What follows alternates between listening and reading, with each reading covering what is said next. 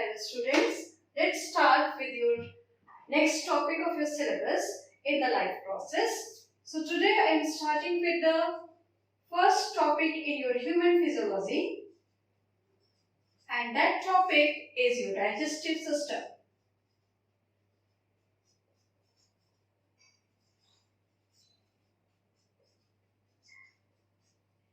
The topic in the human physiology, the first topic which is included is digestive system. Okay, now let's understand what you mean by digestion. What is the definition of digestion? Digestion is the process in which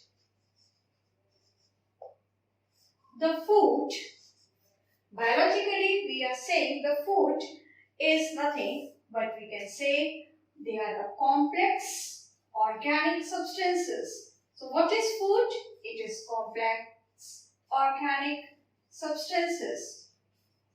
So these food is broken down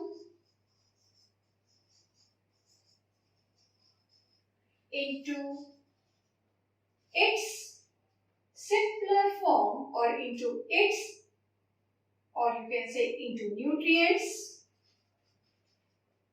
And what are nutrients? Biologically, nutrients are simpler forms of these complex organic material with the help of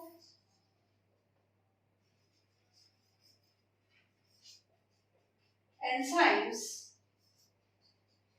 or more precisely we can say biocatalyst. So by definition what we have learned that digestion is the process in which the food is broken down into nutrients with the help of enzymes. Biologically, what is food?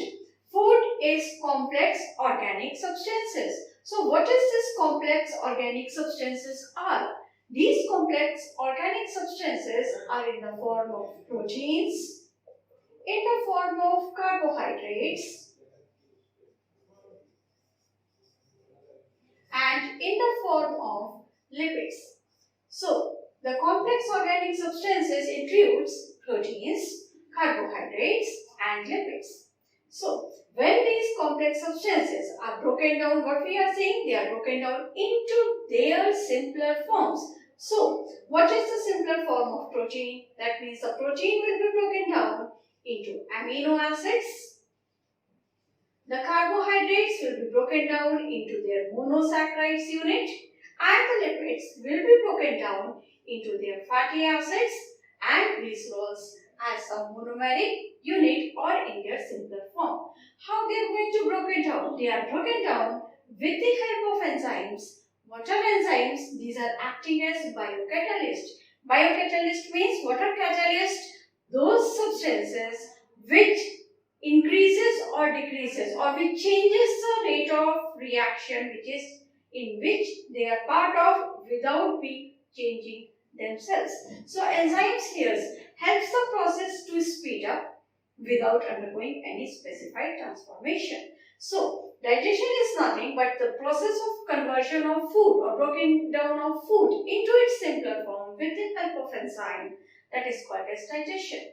Biologically we can say breaking down of complex organic substances into its simpler form with the help of biocatalyst is digestion. Now when we are saying digestion, so where the process is occurring? So the process of digestion occurs in alimentary canal. The process of digestion is occurring in alimentary canal. Alimentary canal is also called as gut. So in case of humans, the alimentary canal is divided into three parts on the basis of its position and on the basis of its structure.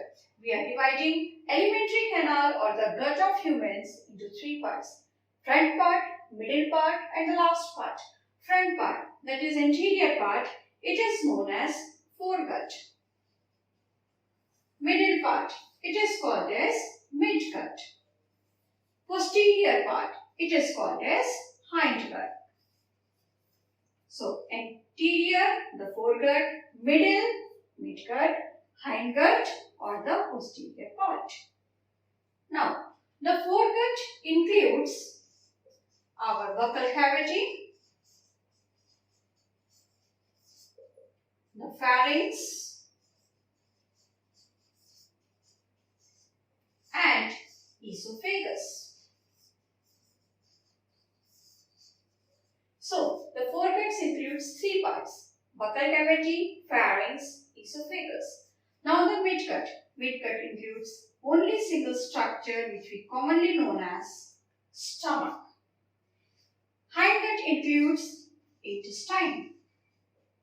Now this intestine is divided into two parts: anterior, that is a small intestine, posterior, that is large intestine. So intestine is divided into two parts: small intestine and large intestine.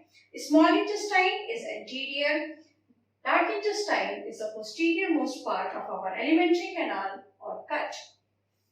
Small intestine consists of three parts. These are duodenum,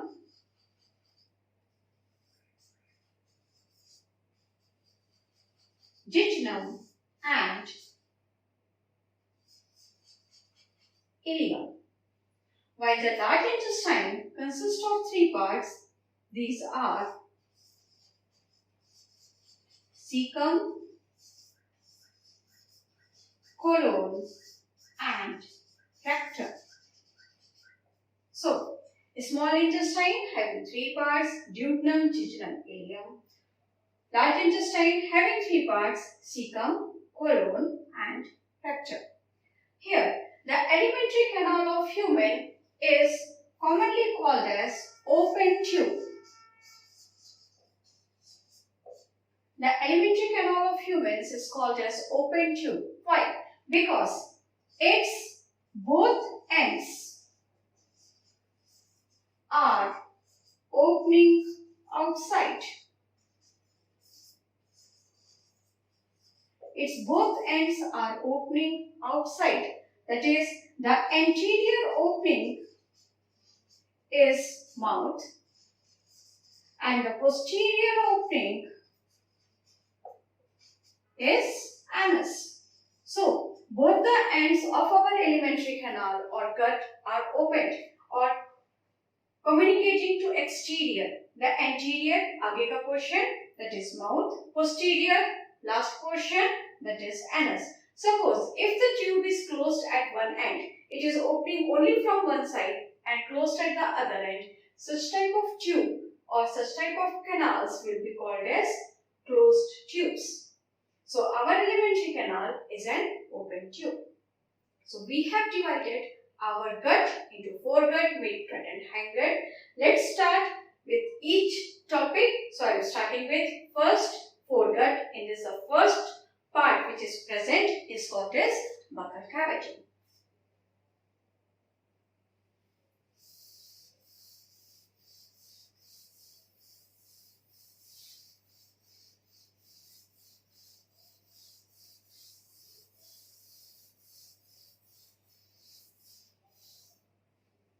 So the first heading is digestive system, that is foregut, and in foregut we are going to start with the first, that is buccal cavity. This buccal cavity is commonly known as oral cavity. Now, what is buccal cavity?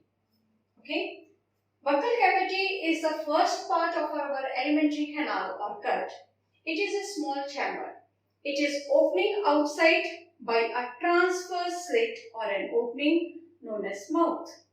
This mouth is having two portions adjoining it, the upper lip and the lower lips. So, the buccal cavity or upper oral cavity is a small chamber having opening on the outside, or it communicates to the outside, or it leads to outside. The opening of the outside is known as mouth, and mouth is a transverse slit and guarded by upper and lower lips. So what we have learned, what is buccal cavity? Buccal cavity is a small chamber, okay, and it opens outside by mouth. Then what is mouth? Mouth is transverse slit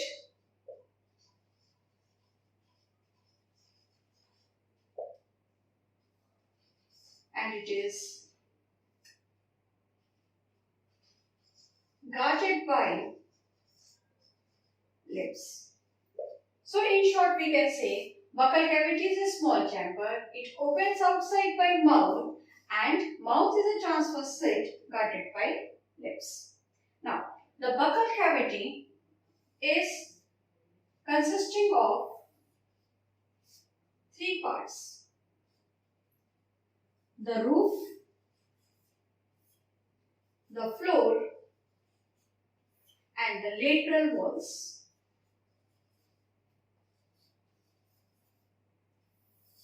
Or we can say side walls. When we are saying it's a chamber, it is opening outside, so it is having a roof, it is having a floor, and it is having the side walls or the lateral walls. Now the roof. The roof of the buccal cavity is called as palate. The roof of the buccal cavity is called as palate. Now this palate is divided into anterior and posterior region. The anterior portion of the palate is soft, so it is called as soft palate. The posterior region of the palate is hard, so it is called as hard palate. So the roof of the buccal cavity is called as palate. Palate is having anterior hard palate, posterior soft palate. Now the function of the palate. The function of the palate, first it separates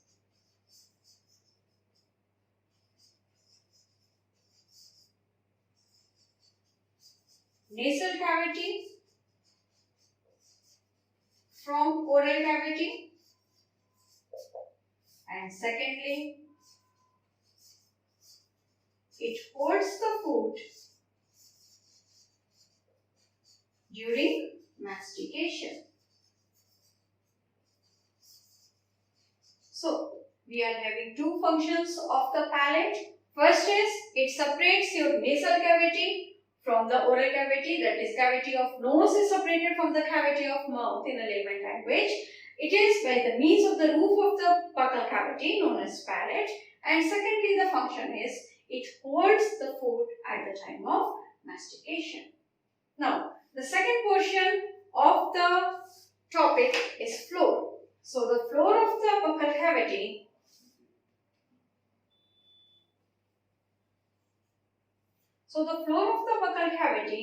is made up of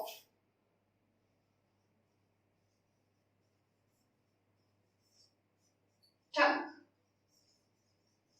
Tongue, biologically it is known as lingua. How we are going to define the tongue? What is tongue? It is thick, it is highly muscular, it is partially producible and attached at the floor of your buccal cavity.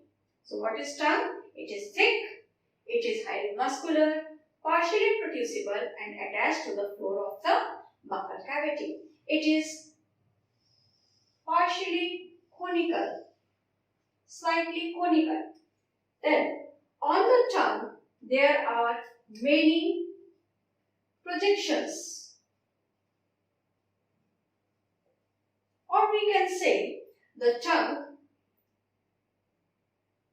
its upper surface is rough due to projections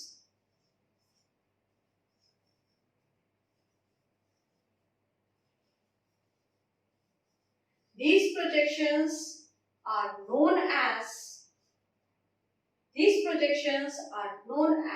papillae. So the upper surface of the tongue is rough due to projections, and these projections are called as papillae. Now, what is the function of the papillae? What is the function of the papillae? The function of papillae is, first, taste buds are present on papillae.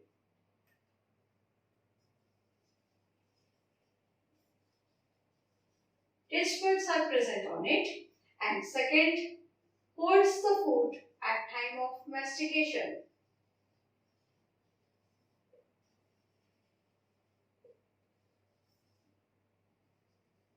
So, two functions of the papillae.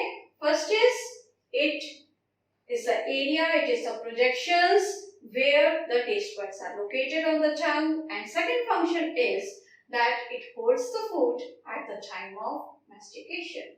Now, taste buds,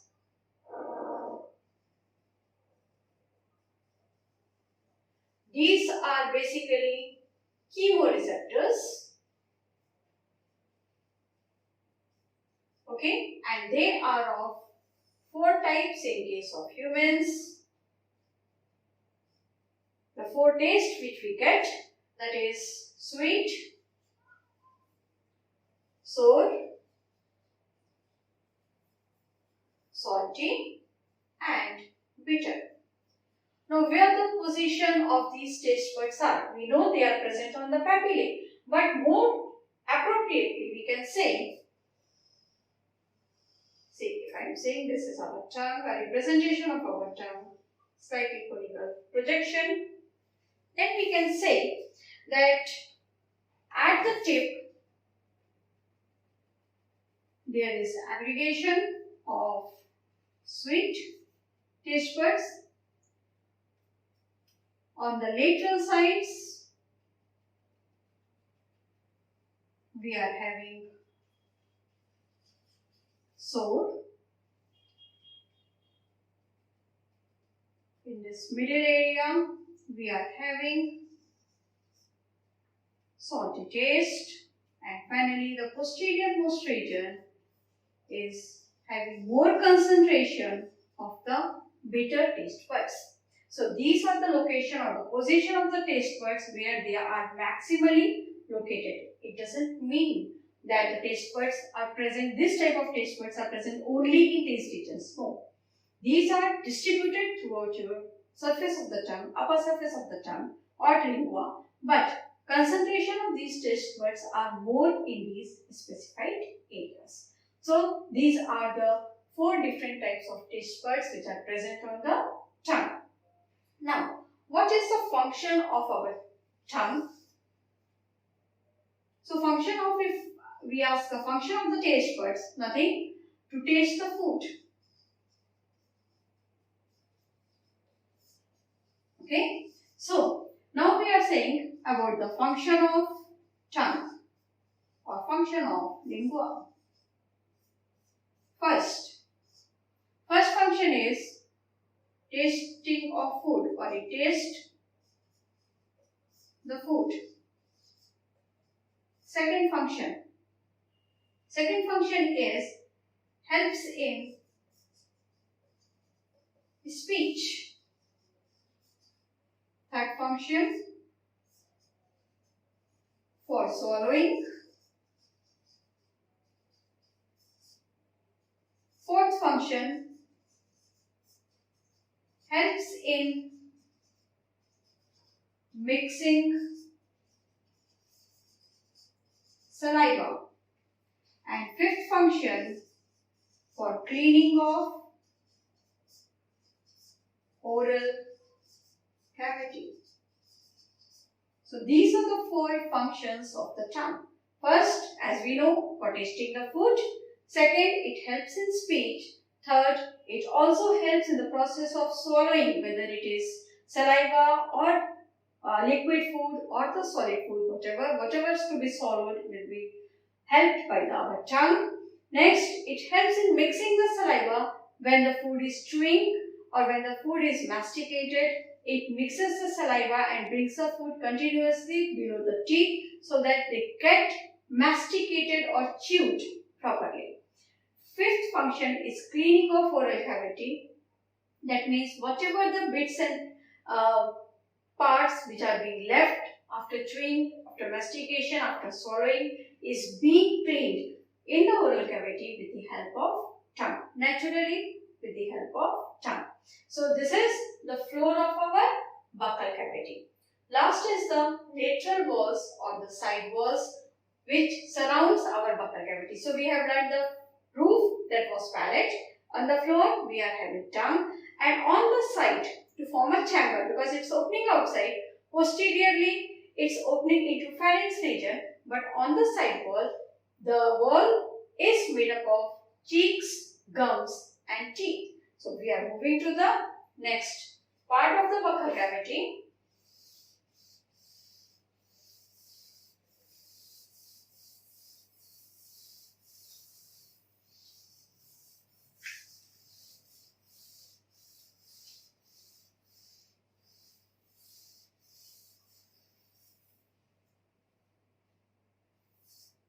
Last part of the buccal cavity, that is the lateral walls, or you can say side walls. So the lateral walls or the side walls of our buccal cavity is made up of three things. They are cheeks, they are gums and they are teeth. So as per our syllabus, we are supposed to study about the teeth. So my next topic will be teeth. Biologically called as dental or dentine. Both are the correct words. Now the teeth. In case of humans, we use certain terms. In humans, the teeth are, we can say in human, teeth are. There are certain terms which we frequently use. First, they are heterodont. Don't is a term which we are using for the teeth. Hetero means different. That means we are having different types of teeth. Different types of teeth. Here we are having 4 different types of teeth. We are aware of incisors, canines, premolars and molars. So incisors, canines, premolars and molars. Now the second term which we use is called as thecodont. Thecodont, what does it mean? Theca means covering, dont means teeth. That means are covered or fixed in sockets or by gums. So we can say they are covered by gums or they are fixed in socket. Theca means covering, so they are thecodont. Now the third term which we are using is diphyodont.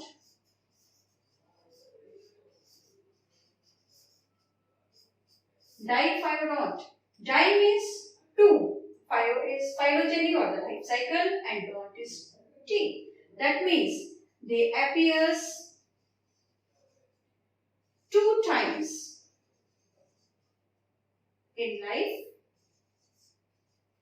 How the 2 times?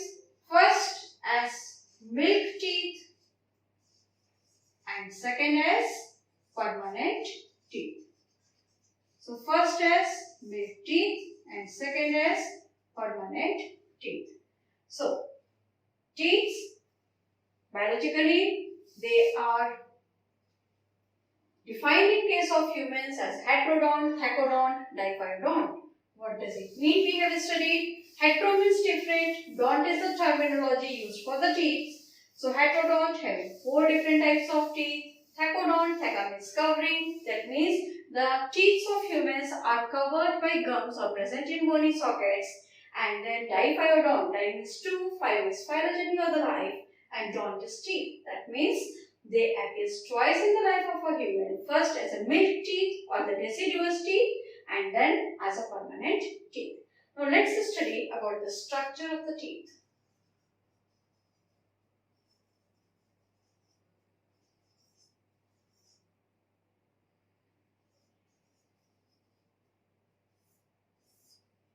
See students, the teeth consist of basically the 3 parts.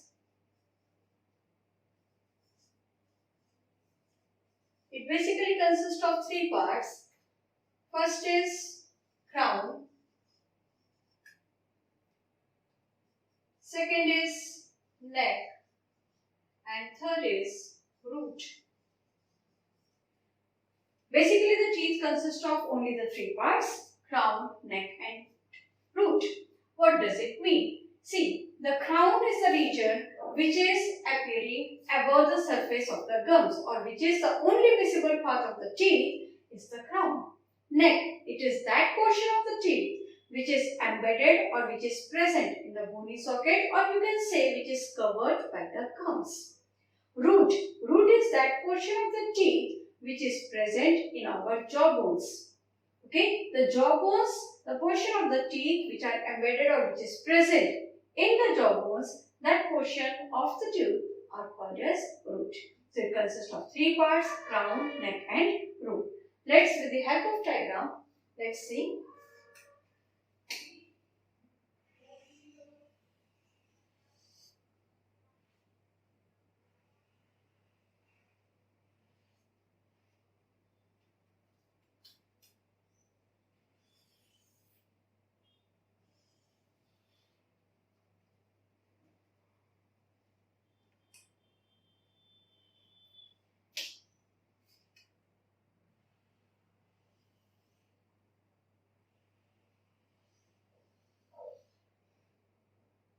This is the diagram of premolars and molars, because here I am showing you the bunodont type of teeth, that means having a depression. It becomes easier for our students to learn this diagram instead of having single way.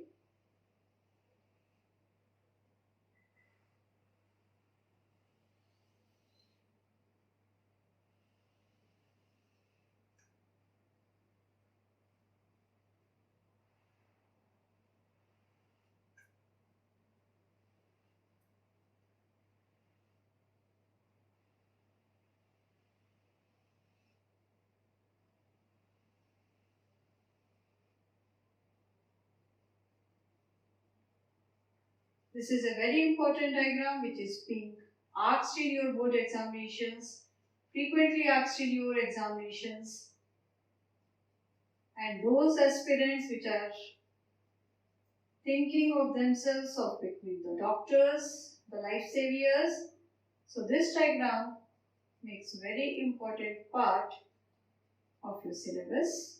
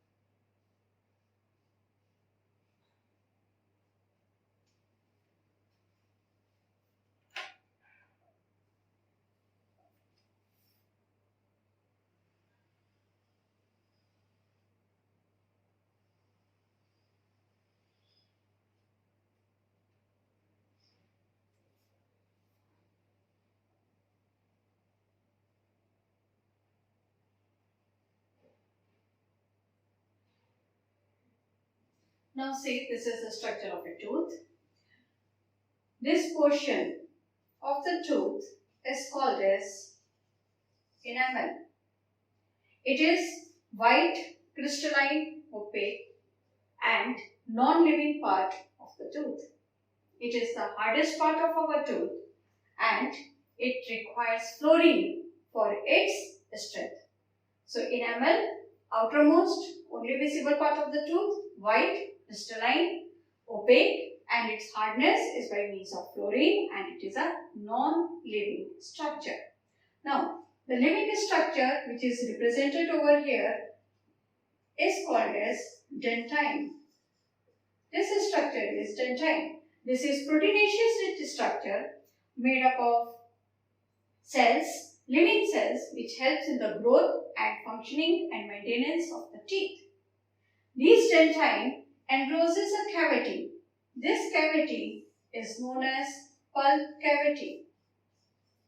This pulp cavity consists of the network of the blood vessels. This dentine is present throughout the length and it forms a canal through which the blood vessels enters into the tooth and ramify in the pulp cavity. So the area from where the blood capillaries enter to reach the pulp cavity is known as pulp canal. So this is pulp canal. These dentines, since they are living, they are protected by a strong membrane and this membrane is called as periodontal membrane. This membrane is called as periodontal membrane. The space between the periodontal membrane and the dentine is filled with gelatinous matrix called as cementum. So this is blood capillary, or you can say blood vessels and the nerves which are entering. These blue region which we have represented, they are nothing but these are gums. So this is the structure of a tooth. The region above is called as enamel, thick, opaque, white, crystalline, only visible part, non-living portion, and its hardness is maintained by fluorine. Next is dentine, proteinaceous tubular structures, living, highly vascular. This surrounds a cavity which is called as pulp cavity in which the blood capillaries, nerves, endings, lymphatic systems, etc. ramifies or forms a network. The narrow canal throughout the dentine which are lined by the dentine through which the blood capillaries and the nerve fibers enter, that is called as pulp canal. Since the dentine being living, it is surrounded by a thick proteinaceous, thick covering which is called as periodontal membrane. In between the two, the teeth are fixed in the socket with the help of a gelatinous matrix which is known as cementum. So, the portion of the teeth which is visible outside is known as crown. The portion which is embedded in the gums is called as neck.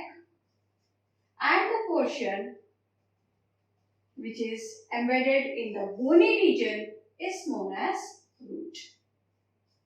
So this is the condition of the structure of the teeth. Now in the structure of the teeth, this is the basic diagram which we must be aware of. So the only living part of your tooth is this dentine. Okay, and the highly proteinaceous tubule-like structure, highly vascular, highly nervous. They help in the growth of the teeth, and gums they surround, performs the pulp cavity, pulp canal, periodontal membrane, cementum and the blood vessels. So in the next class we will be continuing with the dental formula.